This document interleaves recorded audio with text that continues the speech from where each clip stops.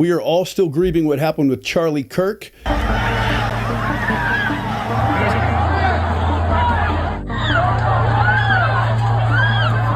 And now the people on the left are having a little bit of a problem with what's just recently happened with Jimmie Kimmel. We hit some new lows over the weekend with the MAGA gang desperately trying to characterize this kid who murdered Charlie Kirk as anything other than one of them and doing everything they can to score political points from it. Jimmie Kimmel has been muzzled and taken off the air by his network ABC. This is government censorship.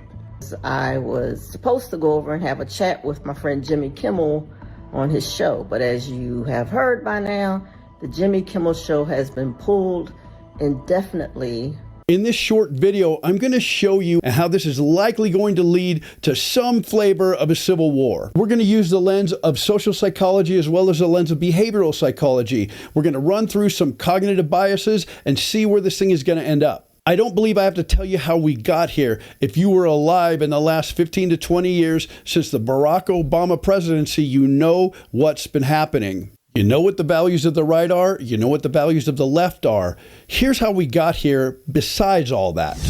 As you know, the left owns most of the mainstream media as well as most of the news outlets, as well as the public school system and the higher education system. This has offered them the opportunity to push indoctrination on our kids. And this is what caused in the behavioral psychology world what we call the false consensus effect. This is a cognitive bias where the people that are experiencing it unfortunately believe that everyone else agrees with their convictions, with their beliefs, with their values, and their behaviors. Because they've owned everything when it comes to communication and media, the whole cancel culture, and whether or not your particular website or your social media was canceled over the last few years, they've had all that in their back pocket, so they simply believe that whatever they say, most people must agree with. But as we know, it's actually about 80-20. If you want to go specific, take the idea of men in women's sports. About 76% of America believes that's a horrible idea. About 21% of America believes it's a great idea. And about 5% of America believes they don't really care what's happening, so they're indifferent one way or the other. This means that the people that have been having this delusion of the false consensus have no idea that the reality is that many more people disagree with them than agree with them. Enter what we call the Trump effect. There's been a crackdown on much of the DEI stuff, on a lot of the indoctrination, and this has caused a big pushback from the hard left. What the hell? You cannot be serious. Donald Trump? How? What has happened to America? What has happened to democracy? What has happened to freedom? This has resulted in things like we see with Charlie Kirk. Years. Counting or not counting gang violence? Great.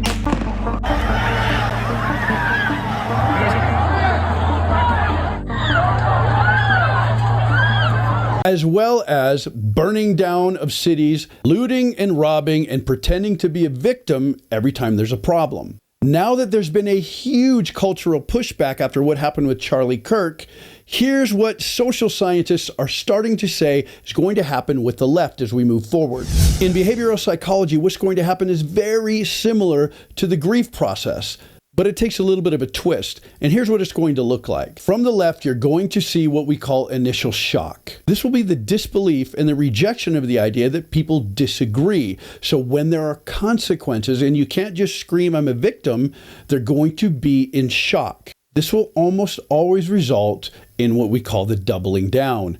This is where they don't believe that there's so many people that disagree, so they're going to double down on their position. This will be in hopes that those that they perceive to be weaker or less socially powerful will fold like a house of cards and get back in line. When that doesn't happen, the next step will be what's called withdrawal. This will happen because strategically, when a bully gets called out, they don't usually want a fair fight. So this is where the victim mentality will take over. This is where they will say things like, "I can't believe you're stomping on our First Amendment rights. What is all this cancel culture?" Isn't it funny that no one cared about that 4 and 5 years ago during the Summer of Love or during the BLM riots or anything like that, or when anyone who was slightly conservative was having their channels canceled as well as their social media accounts? So there will be a mass withdrawal into what we call victim mentality. When this doesn't work, this will lead to what's called the justification for future aggression.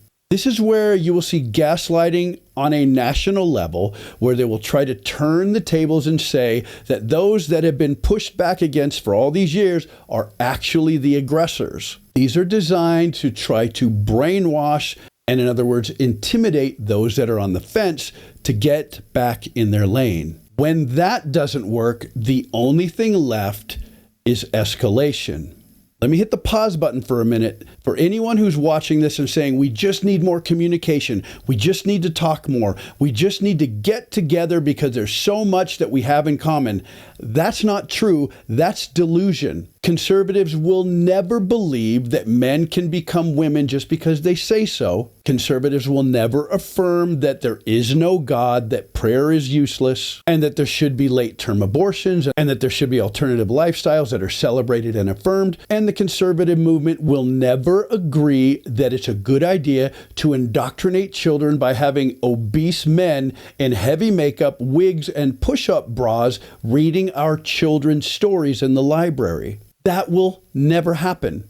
On the other side of the fence, you will never convince a liberal that Jesus is Lord, that church is good, that the nuclear family is actually God's plan and good for the culture, and that conservative traditional values are good for America. No one is going to reach across the fence and stop believing in those things so that we can all get along. So where does this lead? When there is no negotiation and there is no conversation because there's no actual shared familiar ground, this leads to compartmentalization. And when that happens, this leads to a national split, sometimes called a civil war. Let's be honest, it's no longer a matter of if. It's only a matter of when. So what do you think? If you've seen any of this happening, put it in the comment section.